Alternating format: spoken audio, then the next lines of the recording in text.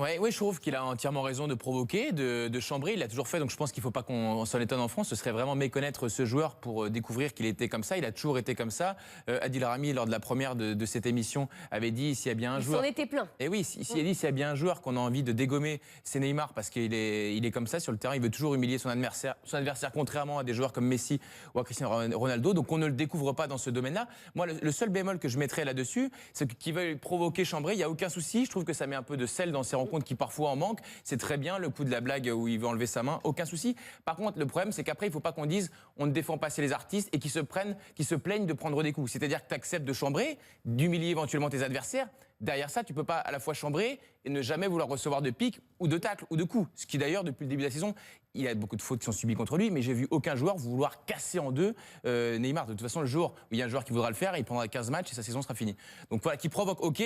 Mais il faut accepter derrière qu'on puisse lui asticoter un petit peu. Regardez le championnat brésilien, c'est que ça. À chaque match, il y a un mec qui fait l'artiste pendant 2 minutes, il fait des feintes. Enfin voilà, moi, il n'y a rien qui me choque. Après, Ronaldinho l'a fait au PSG aussi, on trouvait ça génial. Et justement, comme le disait Arnaud, les quelques gestes qu'il nous propose hier, c'est des gestes magnifiques. C'est-à-dire que quand c'était à Barcelone, qui faisait un sombrero, un petit pont, un grand pont, qui faisait la misère aux adversaires, on trouvait ça génial. Et nous, on se dit, oh, c'est peut-être un peu mignon pour l'adversaire. Non. Neymar est un extraterrestre, ça fait partie de son jeu et l'adversaire, lui, doit le stopper dans les règles de l'art.